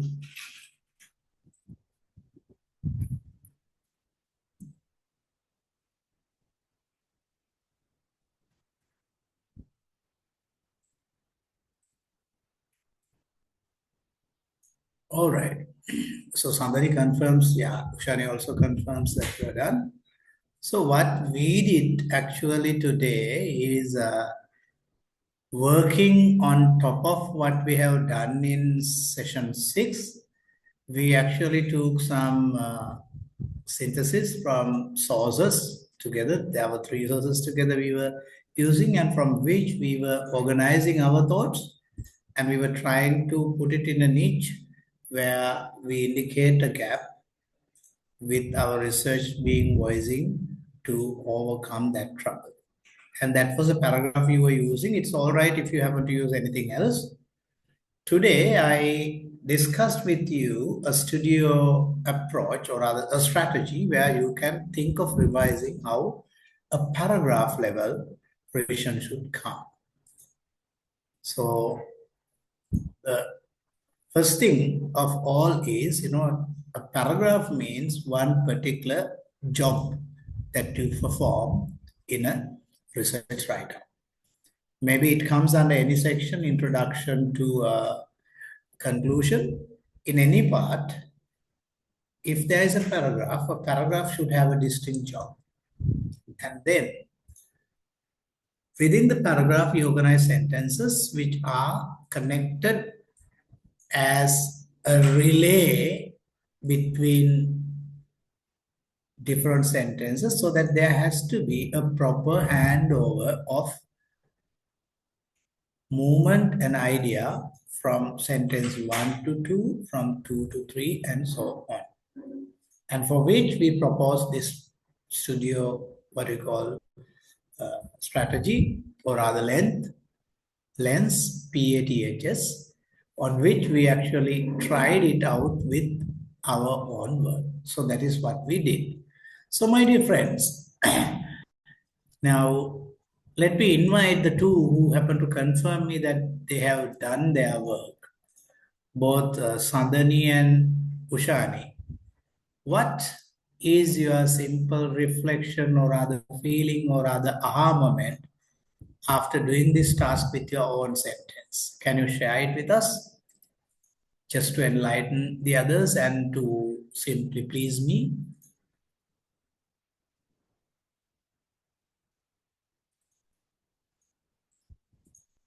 Can I hear from Sandhani first?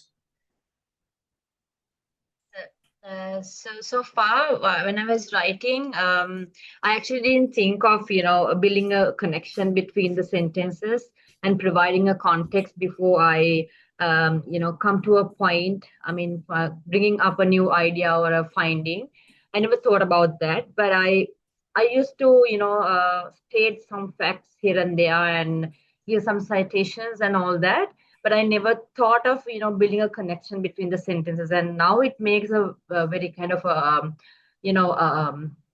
much of a clearer version of the paragraph actually. And even I saw what are the things that I have been missing so far in the paragraph that I have already written.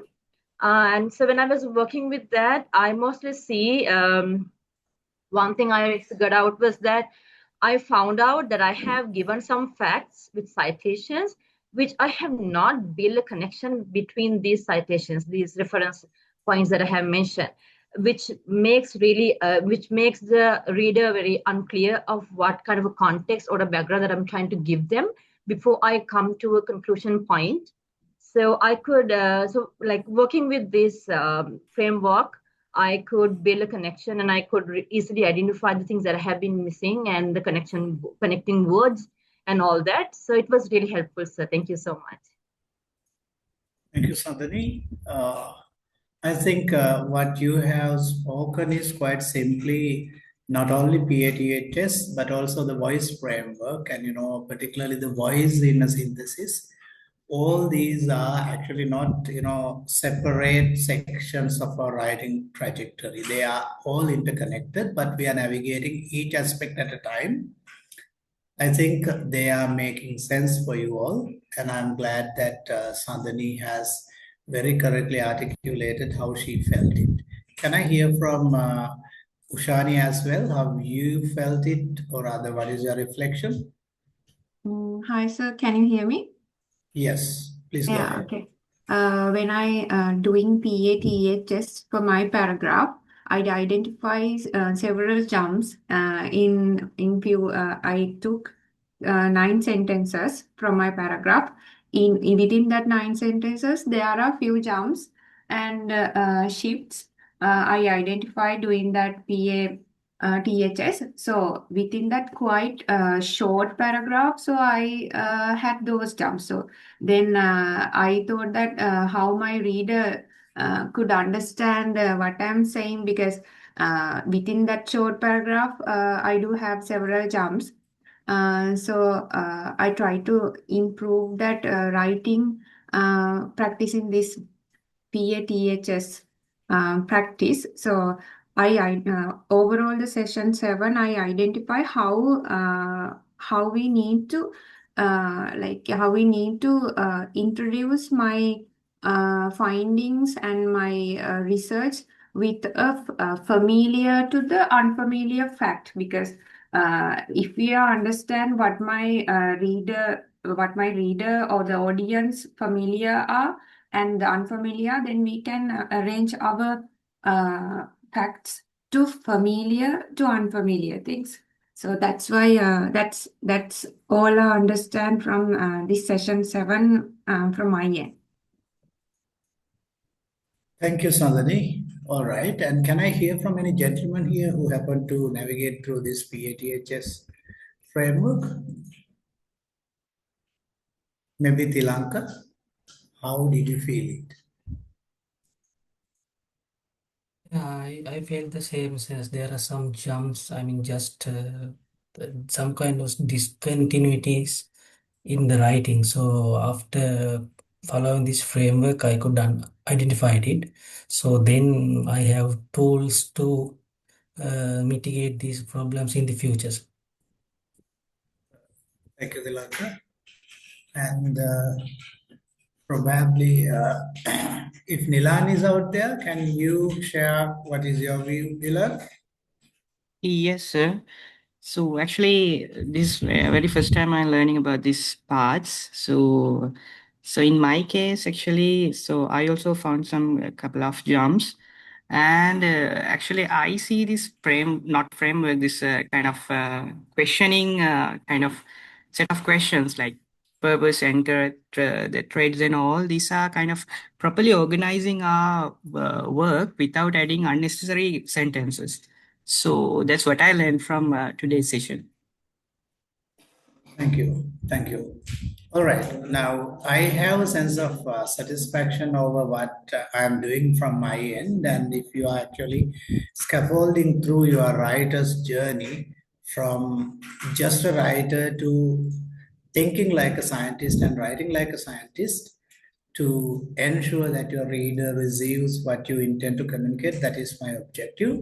So let's move on the couple of slides ahead and we'll see how and what else we are supposed to do. So there is no particular submission for semester session 7.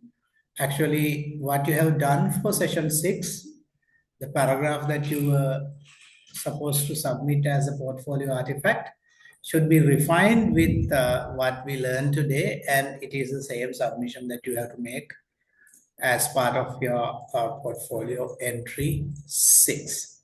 So here the task 8, you see paragraph flow surgery.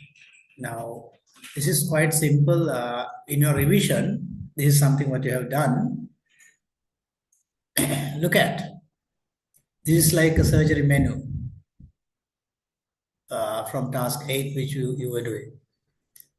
They are actually options, not instructions, or rather, they are not must follow order, right?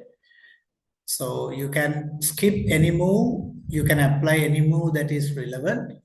So you may see that, at points, certain sentences does not serve the paragraph's purpose. So you can move or delete them. And perhaps there are instances where you feel like there needs a reordering. Reader receives information before the context is set up by you, so that you change it with setup first and then the content text. And you perhaps may need to do a bit of a repeat strategically, certain steps could be repeated, certain terminology could be repeated, and repeating can be done once again strategically, connecting with the preceding and proceeding layers of the sentences, and repair preferences. And perhaps you might see now add and change connector comes as the 5th step here, but they are not in order. Perhaps this is what you started early in your earlier trajectory as a writer. You must have read through a paragraph and you just happen to see through, oh my God, whether there is a missing connector. Shall I correct it? Or rather a simple language adjustment. But now you know that, between sentences, there has to be a clear handover of information and simply the flow to the next sentence. So connector add or removable or changing could be one of the options. And perhaps you might see after revision there needs opening reshaping or rather ending reshaping. So at the end of the day, you might even feel certain paragraphs are too hectic because it has more than one job performing.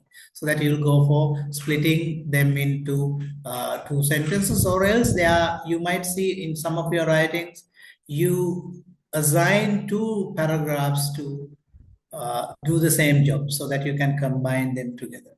So they are actually ways in which you can apply this surgery action of getting your writing reviewed by yourself, engaging your reader in your process of what we call navigating your message through your reader. Now, as I often cite, it should be crystal clear communication.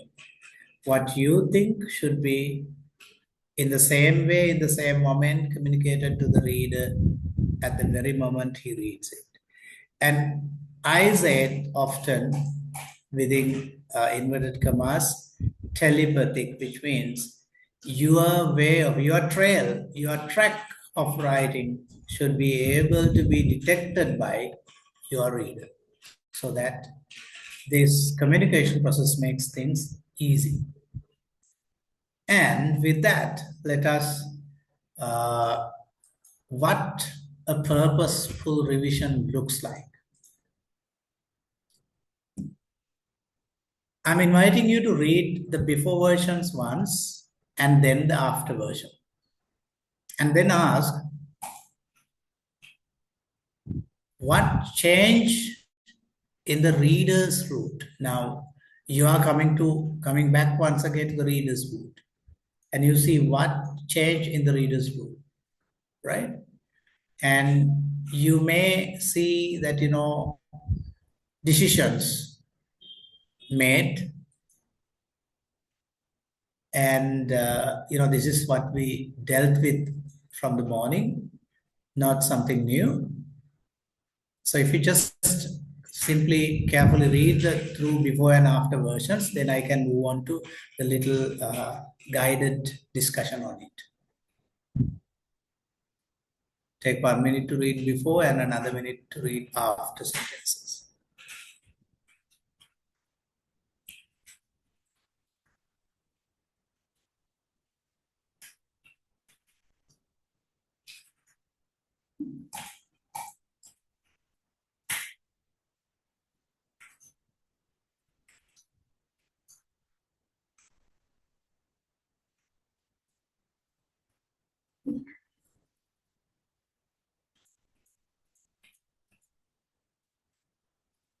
I wish you had sufficient time to read. So let's move. First, you see, the urban traffic sentence was removed out because it opened a different track. These are the decisions, 4 decisions made in this revision task. Second, the first 2 sentences were compressed so the paragraph reaches the calibration issue more efficiently. And you see, the third decision, this environmental sensitivity. Look at this particular phrase, this environmental sensitivity. You see, that names the reference. This equals the environmental sensitivity, so that you are connecting them so nicely. Fourth decision is the final sentence. Now it lands directly on the interpretive risk. Notice that the revision is not simply shorter is better, right? Every change is tied to a reader path reason. Let me repeat it. Every change is tied to a reader path reason. You are looking from the eyes of the reader, and to ensure that he understands, he digests, he processes your information, you make a decision with a reader path reason. That is the kind of explanation we want in the change record and decision commentary. Now, my dear friends, so this revision task, as I told at the very beginning, could be deceptively simple, but they are not simple moves. They convince and affirm you that this decision should be taken carefully, step by step, ensuring where we are moving. All right.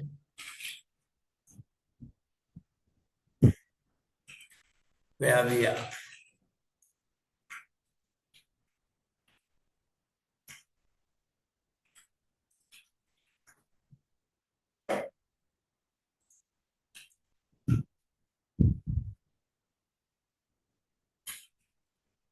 Now, the original paragraph you had now must have its revised fine-tuned version, right?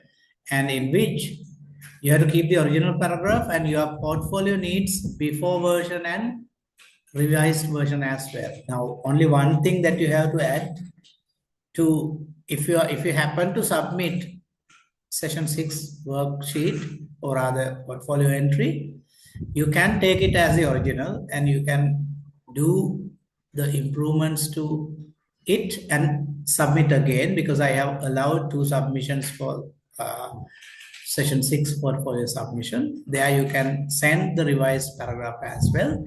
Most important thing is not what you submit, but between the original and the revised version, what decisions have you made and what critical reader-oriented reader path decisions have you made by doing it. So that is the most important thing that I want to see in your scripts. Well, these are simple discussions, yes, on what we were. Portfolio artifact 7, you don't need to worry about it.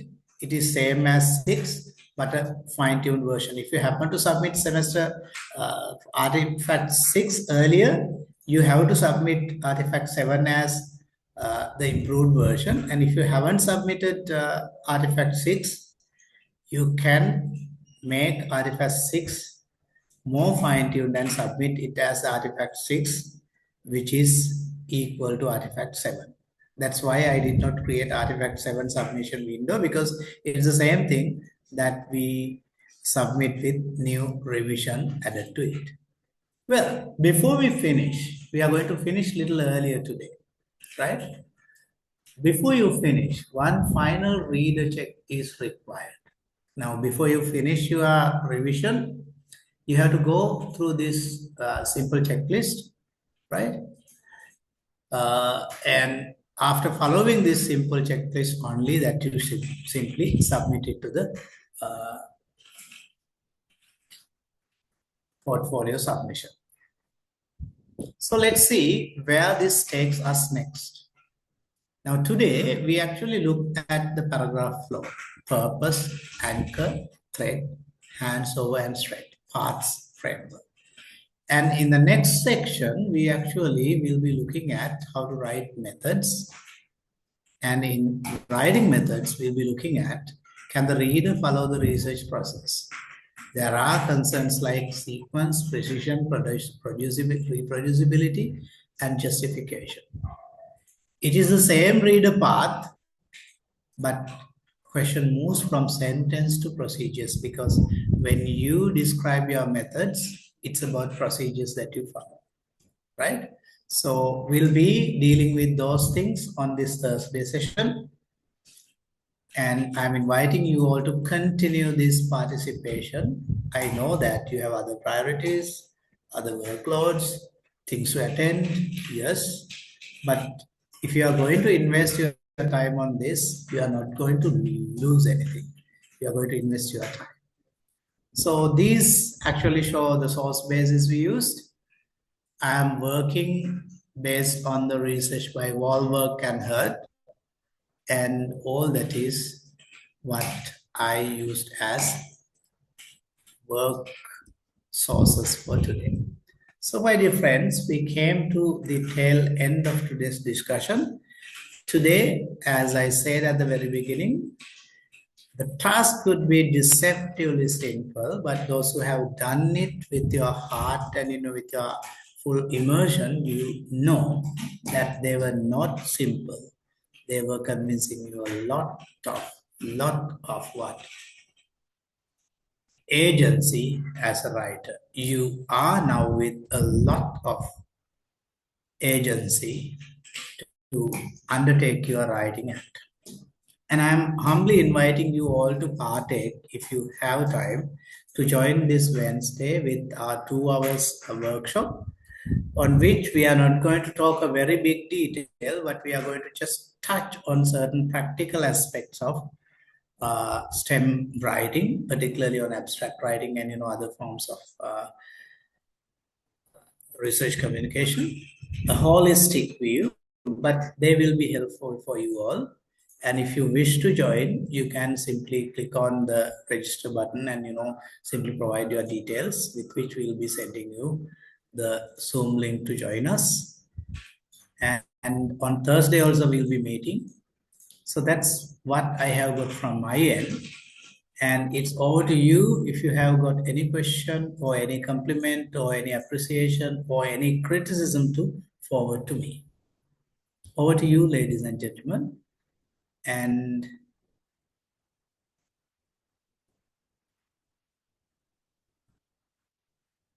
yes, Ushani,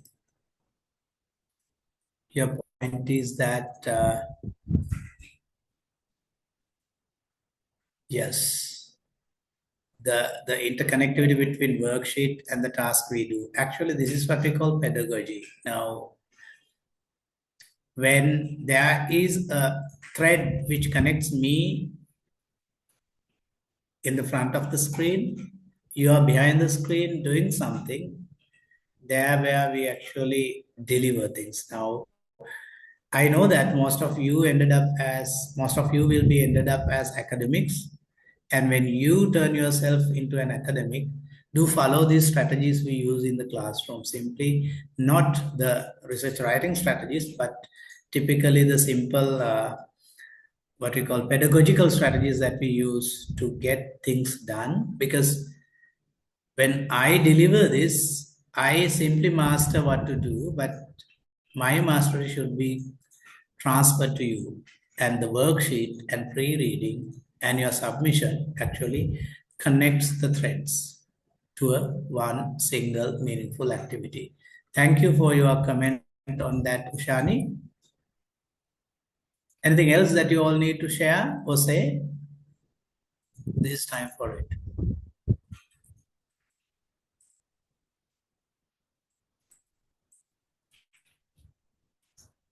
If there isn't anything, you can go rush into your weekend activity.